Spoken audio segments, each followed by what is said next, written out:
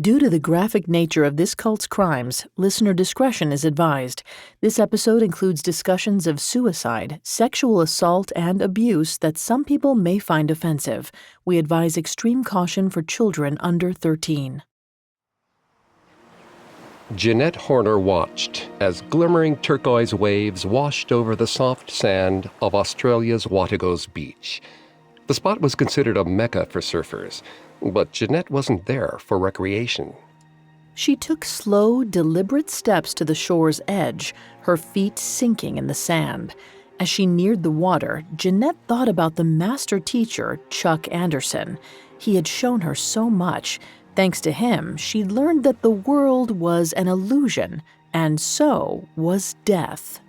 Anderson and his Endeavor Academy taught that each and every person was to blame for all the suffering in the world. Jeanette felt the agony of billions as she stepped into the icy water. The waves climbed higher and higher, but Jeanette didn't stop walking. She left the Australian coastline behind and headed into the wide-open Pacific, hoping to escape the illusion and her pain.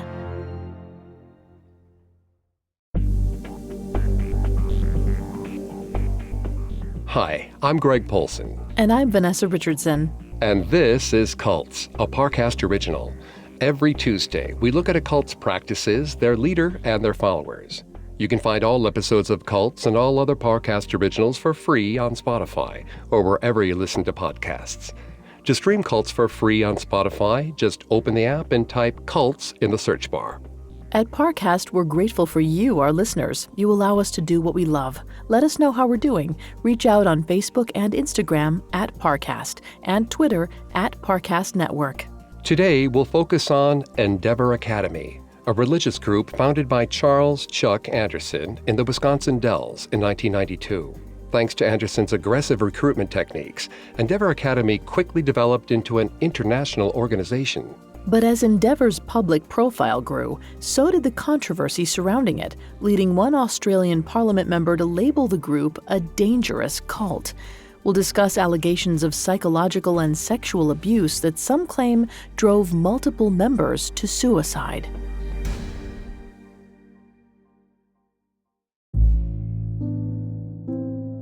Not much is known about the early life of Chuck Anderson.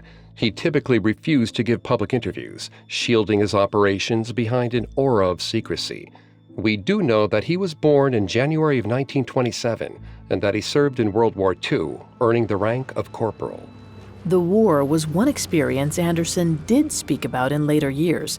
He served as a U.S. Marine and visited Nagasaki in September of 1945, about 1 month after the atomic bomb was dropped by U.S. aircraft.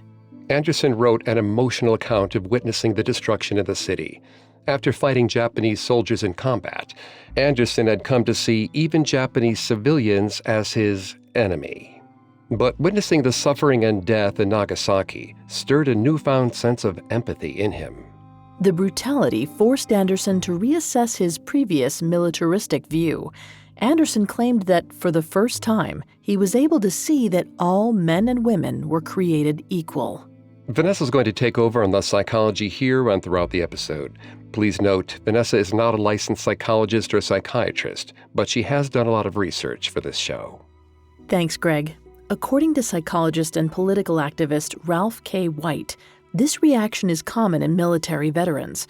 White wrote that empathy, the ability to understand another's thoughts and feelings, was still possible, even if a soldier cannot feel sympathy, the ability to feel with others. He said, empathy is the great corrective for all forms of war-promoting misperception. We're not talking about warmth or approval, and certainly not about agreeing with or siding with, but only about realistic empathy. White also said that these feelings require an honest assessment of oneself and the actions of one's group, in this case, the U.S. military's bombing of Nagasaki. After the war, Chuck Anderson started a new chapter in his life. But during his first few years back on American soil, he struggled to embrace his newfound morality. Anderson took a job as a real estate broker in Chicago. At first, he found material success. It gave him a sense of control over his post-war life. But as time went on, he developed a serious alcohol addiction. Years later, Anderson managed to get sober and became an active leader of Alcoholics Anonymous meetings. He found that organizing and leading the group's discussions groomed him into a charismatic and effective public speaker. But it took another dramatic experience for Anderson to permanently change the trajectory of his life. In 1971, 44-year-old Anderson became seriously ill. Though he never clarified exactly what ailment put him on his deathbed, it was likely cirrhosis of the liver, based on public speeches he'd given during AA meetings. Anderson claimed that everyone around him had given up hope and were preparing for his death. He said that he was crushed into a bottomless black hole of despair, filled with utter meaninglessness of this life, and simply died. And then began the light. According to Anderson, a light brighter than the sun encapsulated him as he lay dying and filled him with joy. In that moment, he was miraculously and completely healed. Anderson then said that an angelic voice informed him that he'd been given another chance at life. Now he had a responsibility to preach about this miracle to others. Back from the brink of death, Chuck Anderson's religious vision came into focus. But he still needed something that would help him organize his ideology and deliver it to a receptive audience. That's where A Course in Miracles came in. A Course in Miracles, or ACIM, is a wellness program and workbook text written by Helen Schucman. ACIM was first published in 1976 and was designed to help readers undergo a spiritual transformation. The ACIM's teachings were rooted in Christianity and New Age philosophy, which seemed to resonate with Anderson. The ACIM program taught that the greatest miracle of all was a deeper recognition of the love present in each person's life. It claimed that our everyday perceptions of the world were an illusion, and that only love, especially the love Jesus Christ had for humanity, was real. Anderson spent years refining his ideology, using the ACIM program as a baseline.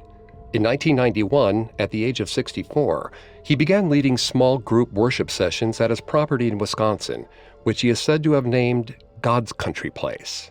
He typically spoke at length about a spiritual topic and then led his congregation in wild, ecstatic dancing.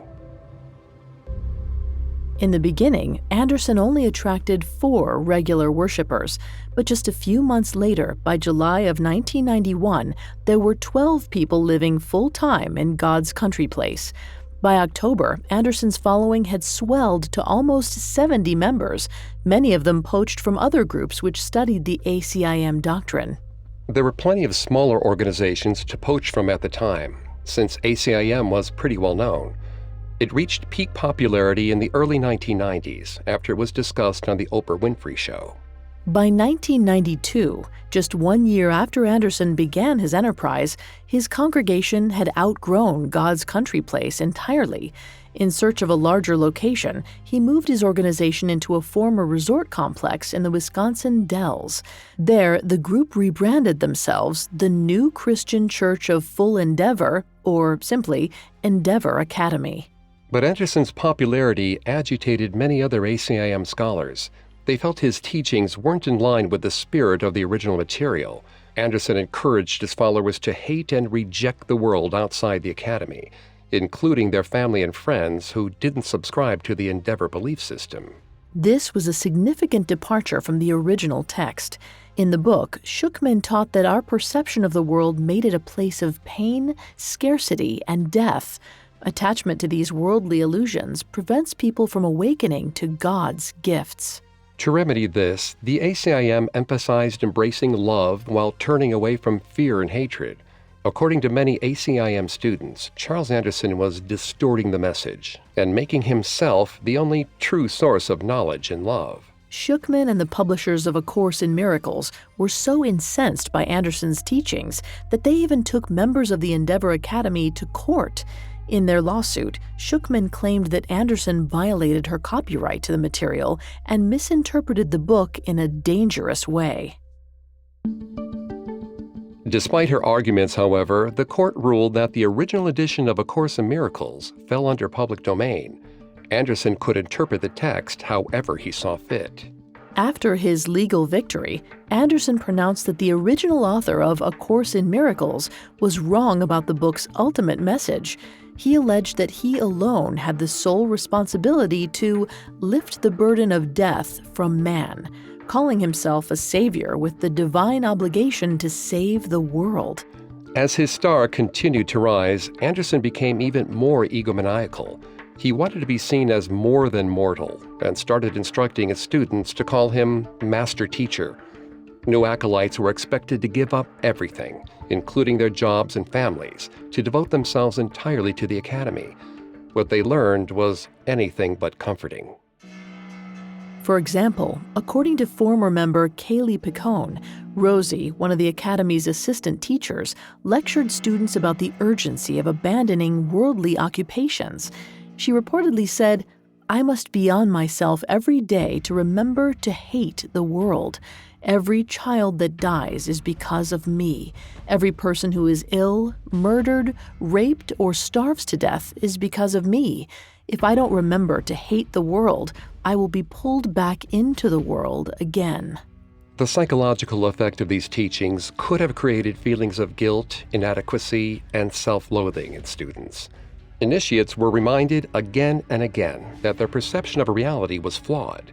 Paradoxically, they were also told that they were to blame for all the pain and suffering in this world. Self-hatred was ubiquitous in the academy. The master teacher reportedly told one member, "Look at the people dying and suffering because of you. You need to feel their pain and hate the world."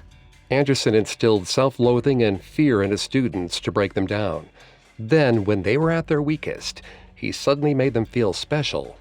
The master teacher frequently told students that they were spiritually superior to other humans. The fact that students stayed with Anderson despite his psychological abuse reflects behavior seen in people with addictive disorders. A 2017 study on the psychology of cult membership found that there were a number of parallels between addiction and belonging to a cult.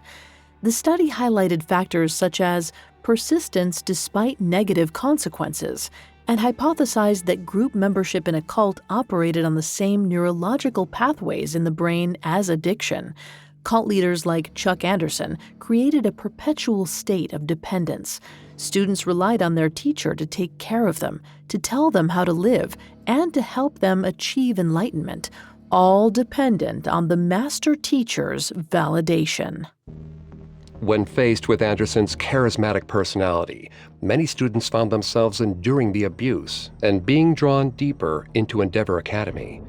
The master teacher hooked them by making broad, sweeping promises that he could release his students from the pain of the world and that they would never have to worry or suffer again. He reportedly promised his students, "I'm leaving here very shortly. I'm going back to heaven. I can leave for heaven at this instant." He also claimed that everybody would be going with him when he left for heaven, suggesting he and his followers would get out of here together. Anderson emphasized that he could take his followers home to heaven without them having to die. Anderson, in the role of master teacher, may have wanted to enlighten his students and lift humanity up to heaven, but it also seems he wanted to bask in the adoration of his followers. He protected his power by punishing anyone who threatened his absolute control over the academy, and he was willing to use any means necessary to stay on top. Up next, Chuck Anderson faces sexual abuse accusations as Endeavor Academy becomes a global entity. Now back to the story. Chuck Anderson founded the Endeavor Academy in 1991, basing his teachings on a popular book titled A Course in Miracles, or ACIM.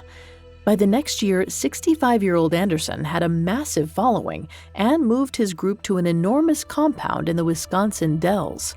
As Anderson recruited more and more students, former devotees claim he became increasingly controlling. Some have even publicly accused him of sexual abuse. An alleged former member wrote to the Cult Education Institute and called Anderson a fraud, saying, quote, "I've seen him molesting women on so many occasions I can't count them. He's not subtle about it either. He puts his hands down their tops and plays with their breasts in public, or he yanks at their hair or goes in for the kill and grabs at their sexual organs. It's important to note that while Anderson has certainly been accused of physical and sexual abuse, other former members have denied seeing anything out of line. But when a well-respected ACIM author named Gary Renard challenged Anderson's interpretation of ACIM, a number of Endeavor students became disillusioned and left Anderson's academy. Sometime later, Renard visited the academy to witness the master teacher's sermon with his own eyes. Renard said that Anderson talked for almost an hour, not allowing anyone to ask questions or say a word the entire time. Eventually, the master teacher recognized Renard as the author who led people away from the academy and became antagonistic. According to Renard, Anderson repeatedly tried to physically intimidate him during the lecture. The fact that Renard didn't react to the threats only made Anderson more aggressive. Things got so tense that Anderson allegedly slapped Renard on the head while continuing to lecture. Renard also said that he witnessed students being manipulated and pitted against one another. Some members were encouraged to verbally abuse their peers. Anyone who didn't blissfully absorb Anderson's every word was derided during the session. The master teacher labeled them the dead ones and excluded anyone who struggled to grasp his message. In Renard's eyes, this behavior created a cult-like atmosphere in the academy. There was pressure to conform with the group and interpret Anderson's teachings as absolute truth, no matter what he said. Despite the criticisms of Renard and others, the Endeavor Academy continued to grow throughout the 1990s. In order to recruit more members, Anderson's followers crashed A Course in Miracle events that were not related to the academy. Anderson's evangelists, dubbed the Light Team, hijacked the events and gave unscheduled workshops. Academy members told other attendees that they were wrong about A Course in Miracles and that only Charles Anderson knew the right way to interpret the Course's teachings. These tactics caused Anderson's membership to explode. He reportedly had so many followers that he planned to establish 12 satellite communes around the world. He claimed he would fully illuminate 12 acolytes to lead his worldwide academies and enlighten other students on his behalf. As it turned out, the 12 communities never quite materialized, but Anderson did manage to commission a satellite group in Australia to take his ideas to even further extremes. The group settled down in Byron Bay, establishing their so-called Miracle Center in 1996, when Anderson was 69. Kieran Reardon, a psychologist near Byron Bay, attended several open sessions put on by Endeavor Academy at the Miracle Center. Initially, Dr. Reardon didn't realize the group was a cult, but after his experience there, Reardon strongly discouraged anyone else from visiting the Australian Academy. He said, "It's a classic cult in the sense that no one leaves legitimately. If you leave, it's because you've failed to measure up." It's not clear whether Dr. Reardon ever heard Charles Anderson lecture at the Miracle Center, but he certainly encountered local Academy leader Ted Poppy, also known as Master Hector. Reardon claimed Poppy was quite cruel, especially when he believed students were challenging his authority. Much like Anderson, Poppy did not take kindly to anything less than complete obedience. With Anderson primarily at the Wisconsin compound, the Australian branch was given some autonomy. Poppy managed operations, expenses, and member acceptance or expulsion. But he didn't act completely alone. Poppy was helped in his day-to-day operations by a man named Ian Hamilton. Like many members, Ian gave up nearly everything he loved to the Academy. Ian and his wife April had lived a comfortable life prior to joining with Chuck Anderson.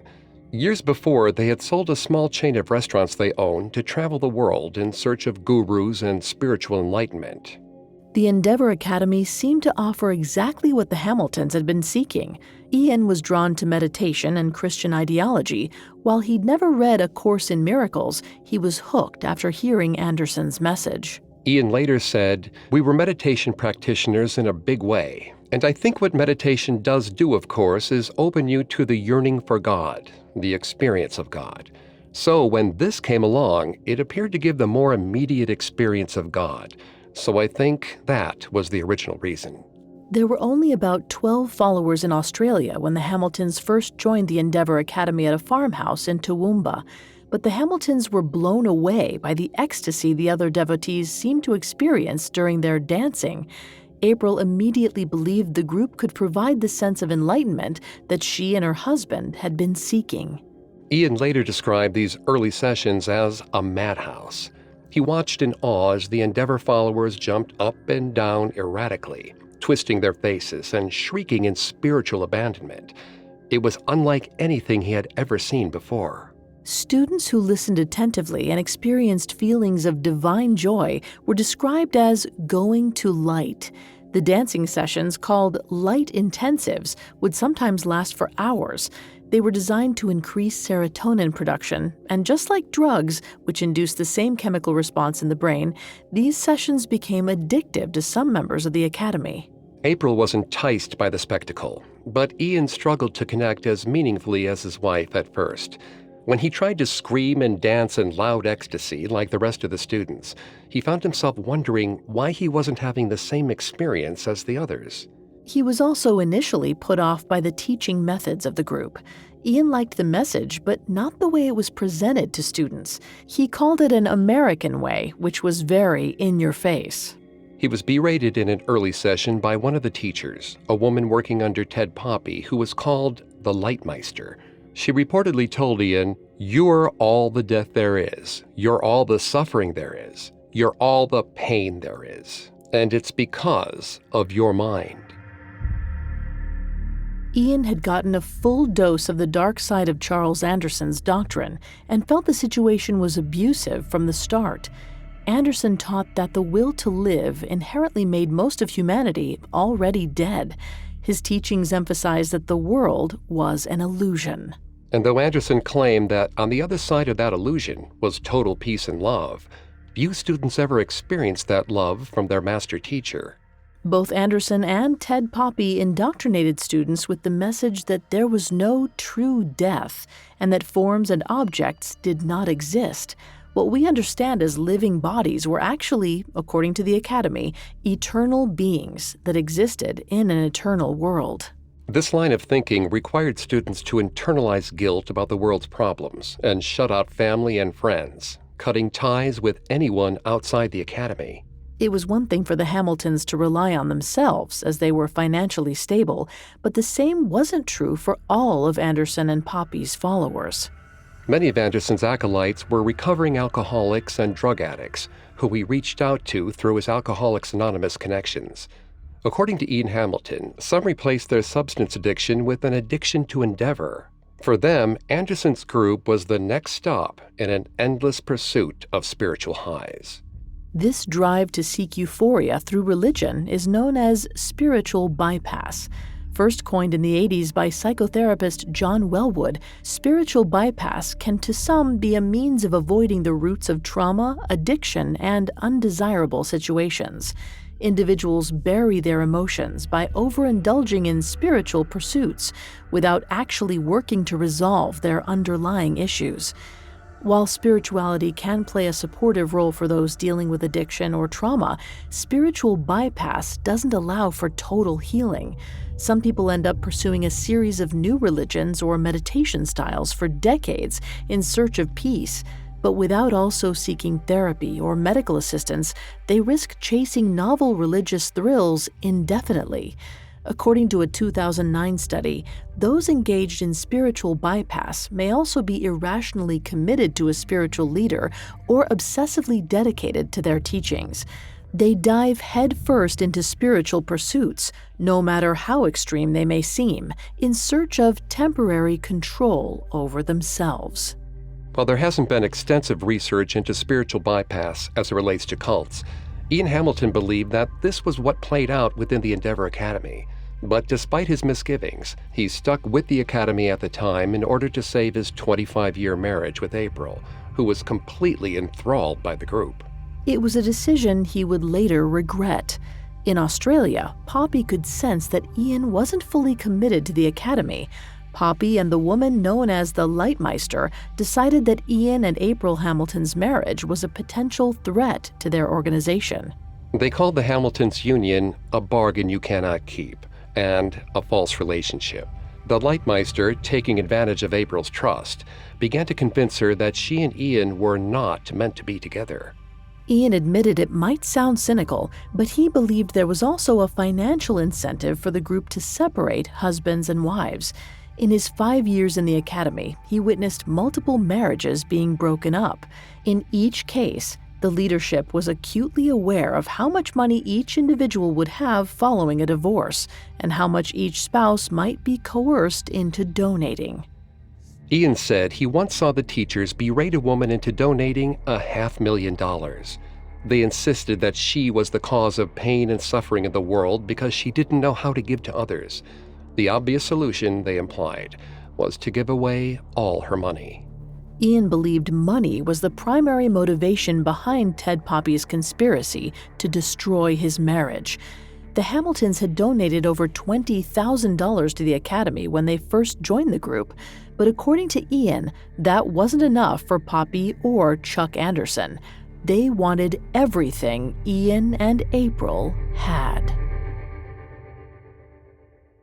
Up next, members of the Endeavor Academy begin dying by suicide, causing government officials to identify the group as a dangerous cult.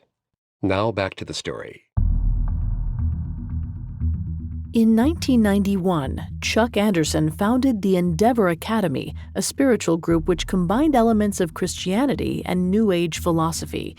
The organization encouraged followers to sever ties with the outside world and spend hours engaging in ecstatic dancing. Within a few years, the Academy went international and established a satellite campus in Australia, led by Ted Poppy. The strictures in the Australian branch of the Academy caused one of its members, April Hamilton, extreme psychological distress. As the years went on, things got worse for April and her husband Ian. Around 1996, the Hamiltons spent a year in America studying directly under Anderson at his Wisconsin Dells compound. For a time, Ian became a trusted deputy to Anderson, but when he returned to Australia, Poppy's teaching style became more abusive, and April seemed deeply affected. The struggles made things tense between Ian and April. Her devout dedication to the Academy outpaced his, even though he was working as a teacher with the Australian branch by then. April danced continuously, pushing herself to the point of exhaustion. Eventually, she was so fatigued that she was unable to eat and could barely get herself up in the morning. Even so, she continued to attend meetings and engage in ecstatic dancing as hard as she could. Her obsession caused her to experience periodic hallucinations. After months, the chronic exhaustion finally prevented April from attending the daily sessions. But instead of being met with sympathy, April was told by Poppy that she would die in 6 months if she didn't continue coming to his lectures and group meditations. At the same time, April was diagnosed with an addiction to the bliss of ecstatic dance. She began seeing a psychiatrist who said that she had altered the boundaries of her psyche to the point of constantly experiencing the emotions of others around her. This caused a deep depression in April and an even wider rift in her marriage to Ian. April said of this period in her life, "I was in such hell that I just wanted to die." But in 1998, Ian and April, though separated, cut their ties with Endeavor Academy. Ian helped April find a job at a local nursery and encouraged her to take on volunteer work to change her outlook. But unfortunately, the damage was already done. In a 2001 interview with ABC News, Ian revealed that April Hamilton took her own life on November 13, 2000. He didn't go into details about her death, but claimed that her time in the academy left her terminally damaged. He said, "Her death didn't come as a surprise, but it certainly came as a terrible shock and a terrible thing." Unfortunately, April wouldn't be the last to be pushed to her breaking point by the Academy. Though April's death served as a wake-up call for her husband, most of the Academy refused to acknowledge the psychologically abusive aspects of the organization. Because the academy was incredibly insular, it was difficult for students to see things objectively.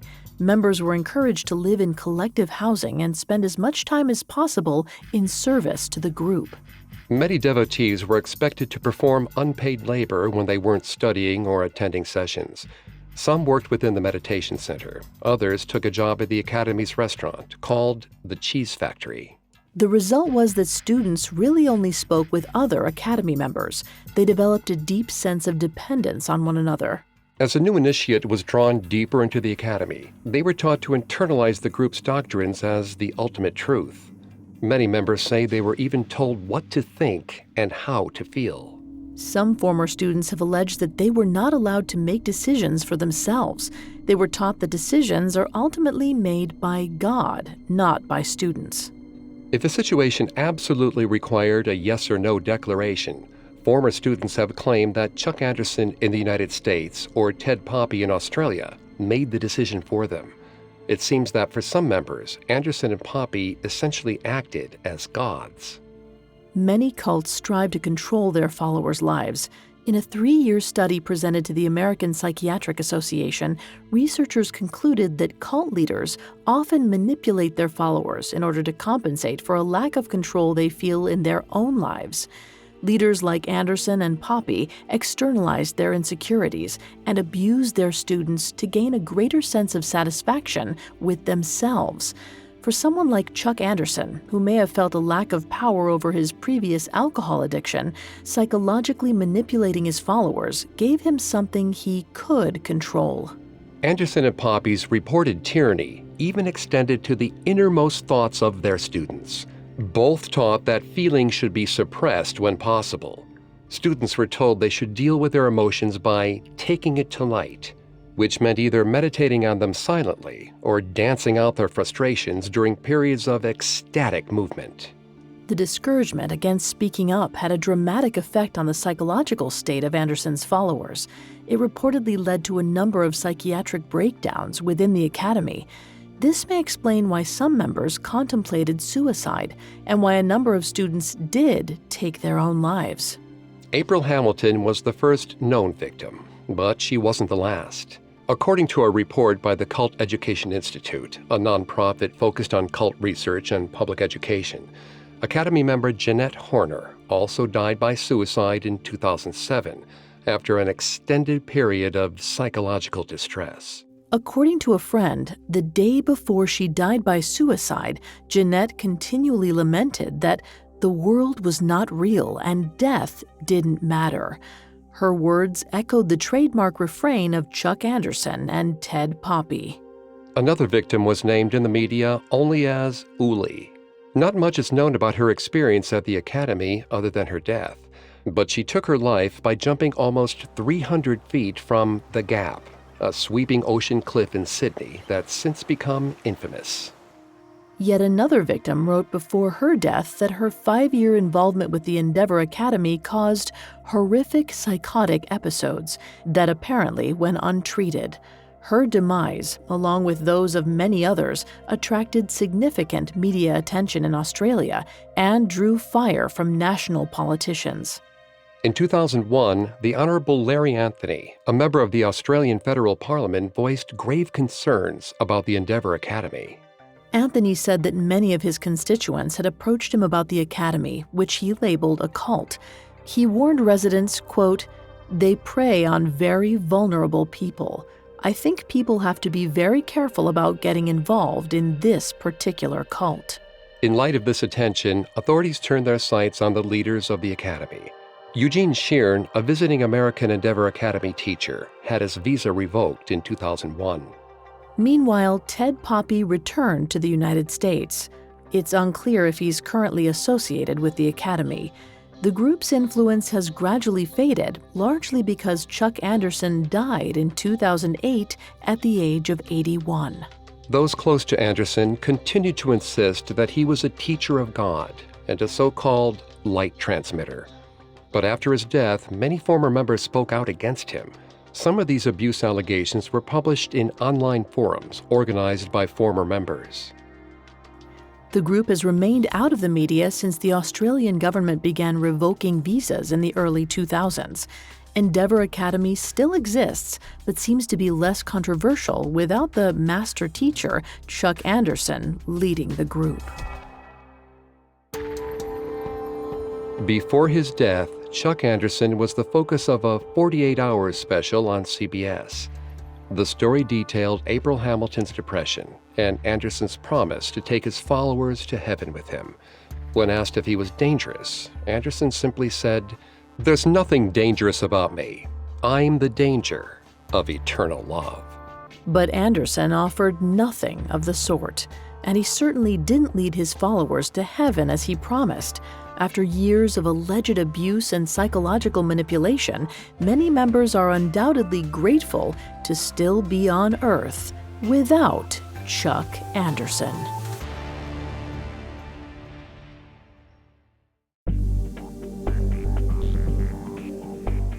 Thanks again for tuning into Cults. We'll be back next Tuesday with a new episode. For more information on Charles Chuck Anderson, amongst the sources we used, we found cult expert Rick Allen Ross's website, Cult Education Institute, to be extremely helpful to our research. You can find all episodes of Cults and all other Parcast originals for free on Spotify. Not only does Spotify already have all of your favorite music, but now Spotify is making it easy for you to enjoy all of your favorite Parcast originals, like Cults, for free from your phone, desktop, or smart speaker. To stream Cults on Spotify, just open the app and type Cults in the search bar. And don't forget to follow us on Facebook and Instagram at Parcast and Twitter at Parcast Network. We'll see you next time. Cults was created by Max Cutler and is a Parcast Studios original. Executive producers include Max and Ron Cutler. Sound designed by Nick Johnson, with production assistance by Ron Shapiro, Carly Madden, and Freddie Beckley. This episode of Cults was written by Brian Petrus, with writing assistance by Abigail Cannon, and stars Greg Polson and Vanessa Richardson.